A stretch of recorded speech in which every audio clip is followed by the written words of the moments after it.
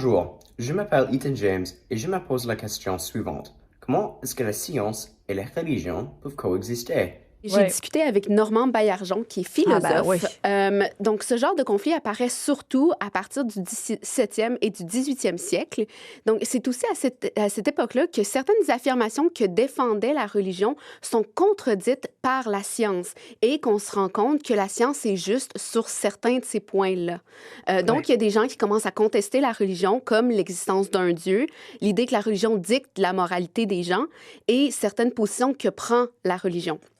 Donc, c'est là qu'on va voir vraiment une résurgence de la position athée qui rejette complètement l'existence d'un Dieu. Ouais. Et c'est là que des frictions importantes vont commencer à se développer. Comment les sciences et les religions arrivent à coexister, mon... Écoutez, Normand Baillargeon.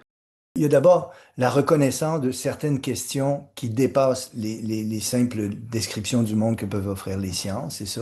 Ensuite, il y a l'importance de discuter puis de dialoguer sur toutes ces questions-là qui restent ouvertes.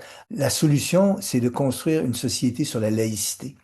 Que l'espace civique soit construit sur la laïcité. On s'entend bien, c'est pas l'espace privé, c'est pas l'espace public, c'est l'espace civique qui doit être laïque. Et le premier espace civique concerné, c'est celui où on prépare les citoyens de demain, c'est-à-dire l'école. Donc, l'idée, c'est pas de ne pas enseigner les religions, mais de les enseigner d'un point de vue de neutralité et de liberté de conscience des jeunes. Parce que c'est de permettre, en fait, à chacun de développer sa libre pensée pour qu'on... Parce que si on peut pas discuter si on a la certitude qu'on détient la vérité. En terminant, quelques conseils pratiques là, pour bien discuter, justement. Comment on fait ça, mon... Oui, donc le premier point, c'est d'écouter la position de l'autre, d'écouter vraiment. Puis ensuite, si vous êtes en désaccord, de reformuler ce que l'autre dit.